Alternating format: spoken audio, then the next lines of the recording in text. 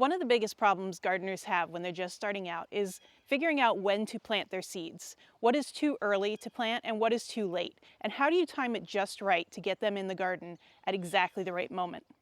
Hi, I'm Kelly and welcome back to the Frog Pond Veg Patch. And today we're going to be talking about the systems that I use to make sure I get my seeds started at the right time and also into the ground at the right time. Be sure to stick around till the end where we're going to be talking about a new garden membership community that we're going to be starting to help you create the garden that works best for you. It's important to start your seeds at the right time because starting them too early or too late can lead to problems. When you're starting them too early, you can end up with plants that outgrow the space that you have to hold them in before you can put them outside. So you need to keep potting them on. Or if you don't pot them on, you can end up with root-bound plants. And once you put those root-bound plants into the ground, they're not going to grow properly and they're not going to give you the size of plant or the harvest that you're looking for. When you start things too late, you can end up with the opposite problem. Your seedlings are too small when you put them out into the garden, and that can delay the amount of time between when you put them in the garden and when harvest is. Now that's a much bigger problem in areas that have early frost, but if you're doing succession planting, it can also mess up your timing for things. So that's why finding that perfect time to start your seeds is important. And the way you start this whole process is by finding out when the first and the last frost dates are in your area. Now underneath this video there'll be a link so you can put in your zip code and find when your last frost date is, and that's in the spring, and then when your first frost date is, and that's the one that happens in the fall. And it's really good to keep track of those dates. I always put the first and the last average dates in my garden journal, but then every year I also track those. What were the real first and last dates for the frost? So you can start to see any trends that might be happening in your area. Now it's also really important to remember that a late spring or an early frost in the fall can happen any year.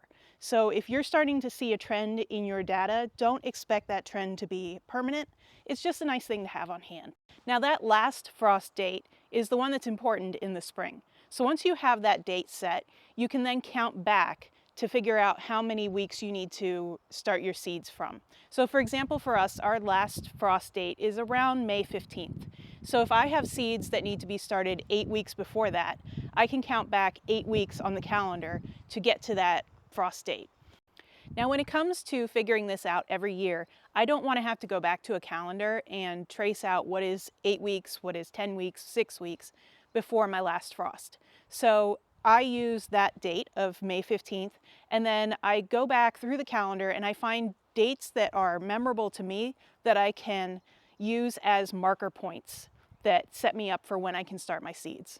For tomatoes, I want to start those about 8 weeks before the last frost. So I use March 17th as a marker point. So something that's easily recognizable on the calendar is a good way to get it into your head when you want to actually start things. The same goes for plants that you want to start out in the garden. You can also use that same method of finding recognizable dates in the calendar for when you want to plant seeds out in the garden or for when you want to put your plants out in the garden. So for example, if we go back to the fall, usually around Halloween is when I'm planting garlic. So it's those marker dates that really make the gardening calendar a lot easier to remember. So to help you keep track of all of this, I've created a PDF, which we'll link down below, where it has places where you can put your first and last frost dates. You can put those recognizable dates from the calendar in there.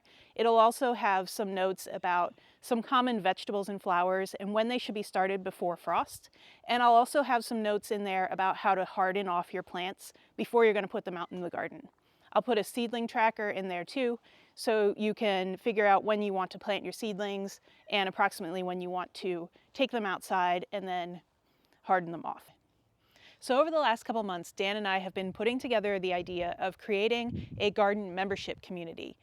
And we can share with you simple, easy, no-fuss techniques to get the organic garden that you want in your own backyard. Because it's not about just teaching a whole bunch of skills so you can learn everything there is to know about gardening. It's about you creating the space that works for you and for your family. To start out, this is going to be a small, intimate group where we can really give you that personalized experience. We'll probably be limiting that to about 20 people. And we're going to be launching this on April 18th this year, 2024. To get on the wait list, there is a link right down below this video. Be sure to click on that and we'll notify you when we open the doors for this project. Thanks so much for joining me here in the garden, and we will see you next week.